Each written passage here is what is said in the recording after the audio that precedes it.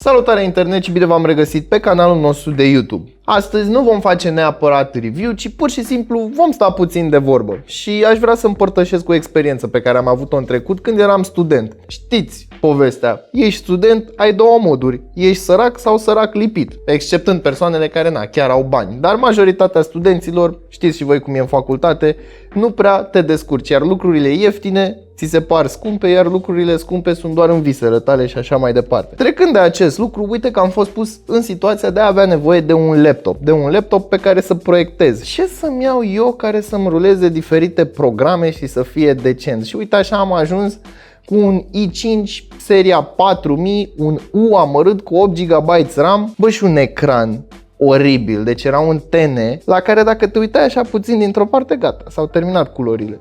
Și să nu vorbim că nu puteai să editezi nici măcar o fotografie la nivel basic. Aducându-mi aminte de această experiență, am stat să mă uit pe internet, am stat să mă uit pe la oferte, am stat să mă uit pe la producători. Atunci când am făcut review la FX 505 cu acel RTX și mi s-a părut cel mai ieftin RTX de pe piață, Asus, tot din seria lor TUF, au acest laptop din spate în portofoliul lor. Un AMD Ryzen 5 cu 8 GB RAM și un GTX 1050 de 3 GB plus 200, bine, Windows-ul vede 230 de GB SSD și cam atât. Foarte basic acest laptop, dar evident i-am făcut și teste sintetice și nu doar. Am spus, trebuie să-l testez într-un scenariu real. Așadar, am instalat pe el Autodesk Inventorul, am instalat câteva programe de editare foto-video și, bineînțeles, două jocuri, printre care Metro Exodus și Fortnite. Acest laptop împărtășește câteva filozofii de la acel laptop mai scump de 4200 de lei cu RTX, dar acesta se găsește pe piață la 2500 de lei și motivul pentru care am ales acest laptop, e bine, o să vi-l spun mai târziu, după ce vă spun ce se întâmplă cu acest laptop și, bineînțeles, care sunt diferențele la nivel de construcție. Dar înainte de toate, nu uita să te abonezi și să activezi notificările, iar mai apoi intră pe cel.ro/giveaway pentru a te înscrie în concurs. Înainte de a trece la treburile noastre, colegii noștri de la programare au nevoie de ajutor. Așa că dacă tu te pricepi la programare sau ai un prieten care se pricepe la programare, dă și tu click și sau share la linkul din descriere și poate, cine știe, o să fim colegi. Mă rog, cu ei o să fii colegi și cu mine o să fii colegi. În zona aia, în comparație cu fratele lui mai scump, acest laptop împărtășește foarte multe caracteristici, printre care materialele de construcție, acesta fiind plastic, plastice, plasticuri, foarte mult plastic. Pe partea de conectivitate avem 3 USB-uri, un RJ45 și un HDMI, fără card reader. În schimb, pe partea din dreapta lipsește acea evacuare. Așadar, aerul se dă afară din carcasă doar pe partea din spate și, bineînțeles, aici. În partea din față avem câteva găuri prin care ventilatoarele pot trage aerul. În rest, feeling-ul pe care îl ai se aseamănă foarte mult cu DV505FX, l-am spus fix invers, este FX505DV. În fine, pe partea de ecran avem exact aceeași acoperire sRGB, în schimb nu avem panou de 120 de Hz. Asus se laudă că pe acest laptop au pus în continuare acest IPS Nano Edge Display, IPS Level Nano Edge Display.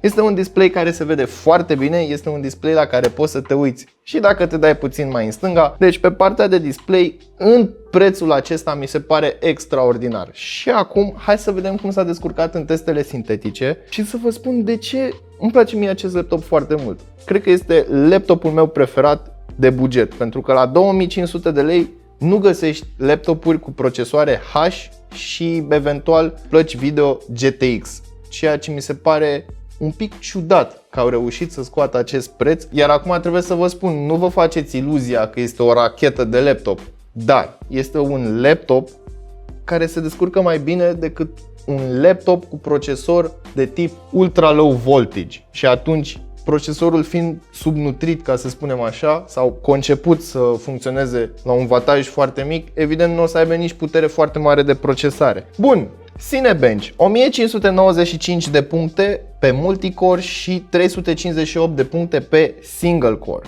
TimeSpy, 2241 scorul general cu 2151 pentru placa grafică și la final avem și Firestrike cu 5529 general și 6604 pentru acest chipset grafic. Acea filozofie de a fi foarte bine răcit pe un laptop foarte ieftin o împărtășește cu FX 505 DV și partea din față, sau mă rog, deck-ul cu tastatura și toată zona aceasta este rece. Hai să ne jucăm prima oară Metro Exodus și avem așa rezoluția Full HD, Quality Medium, fără V-Sync, Motion Blur dat pe High, DirectX 12, Hairworks Off, Advanced Physics debifat, Tessellation Off și Texture Filtering 4X. Uite-te puțin, suntem aici subteran. Avem așa 81 de grade placa grafică, iar procesorul din nou nu știu de ce nu mi-l afișează, așa că o să mă uit în hardware monitor cu alt tab. 92 de grade maximum, iar acum rulează la 70 de grade. Ideea e că texturile arată foarte bine, inclusiv date pe mediu, și avem peste 50 de cadre pe secundă. Există ocazionale dropuri, dar nu intervin și nu o să te enerveze să spui bă, am o experiență de gameplay cât se poate de enervantă sau mai știu eu, nu o să-ți placă. Hai să luăm și pe asta. Am scăzut, după cum puteți observa, avem 23, nu e chiar foarte plăcut, dar am crescut înapoi la 40. Aici voiam să ajung. Chiar dacă există anumite dropuri, poți să dai setările la joc și mai mici și o să ai ceva cadre pe secundă mai mari. În momentul acesta rulăm Fortnite. Bine, aici în aer avem destul de multe FPS-uri, dar hai să ne uităm și la setări. Ok. Full HD, nu avem rată de cadre pe secundă. Setările sunt date pe medium. Deci presetul este dat pe medium. Am luat decizia de a nu testa și celelalte jocuri pentru că scopul acestui videoclip nu este neapărat de game testing al acestui laptop și nu voi judeca laptopul acesta din perspectiva lui de gaming, pentru că și voi și eu cu toții suntem conștienți că un laptop de gaming în acest segment de preț nu poți să faci tu foarte mult gaming pe el. Dar în ceea ce privește un joc modern de tip single player sau un joc modern de tip Battle Royale, uite că se descurcă destul de bine.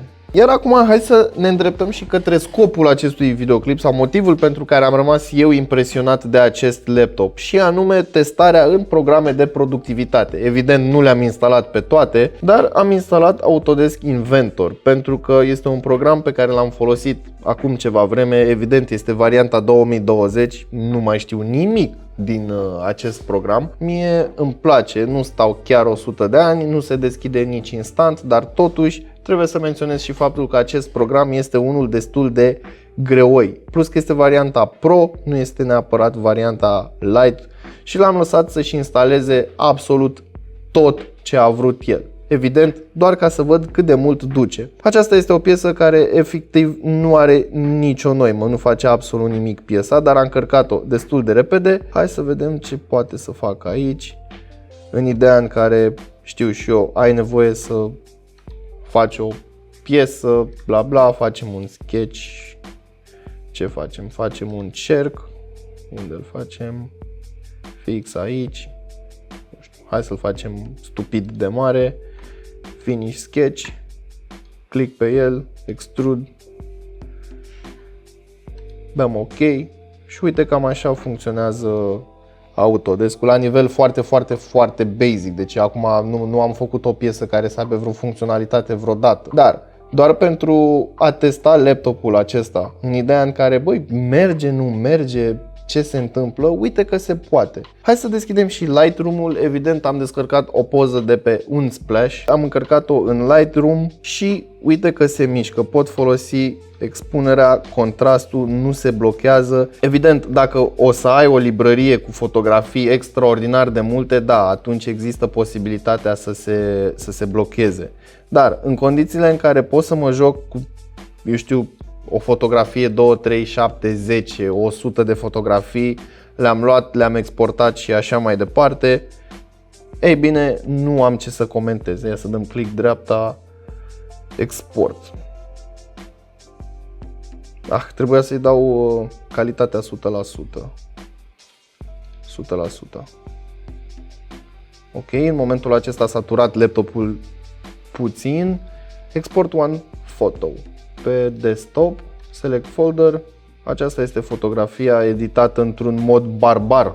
Deci dacă mă vede cineva cum am editat această fotografie, mă va alerga cu un ciomag. La nivelul acesta, laptopul se descurcă foarte bine, nu se turează, este destul de silențios pentru o sală de curs sau pentru o bibliotecă, dar o bibliotecă unde se mai și vorbește, pentru că dacă te vei duce la o bibliotecă și se vor tura aceste ventilatoare, ei bine, cineva probabil te va înjura un pic, în gând, cel puțin. Cu Lightroom pornit, hai să pornim și Premiere Pro. S-a încărcat programul. Vei putea totuși să editezi Full HD și nu te aștepta să ai niște timp extraordinari, dar la nevoie te poți baza pe el și apreciez foarte mult acest lucru. De asemenea, și Adobe Photoshop mi-a rulat fără absolut nicio problemă. Îl voi deschide cât timp este premierul pornit. Trebuie să ții cont că acuratețea de reproducere a culorii a acestui laptop nu este extraordinară. Ei bine, uite că ne apropiem și de finalul acestui videoclip și v-am promis că vă spun motivul pentru care mi-am îndreptat atenția către acest laptop, motivul expre pentru care am făcut acest lucru.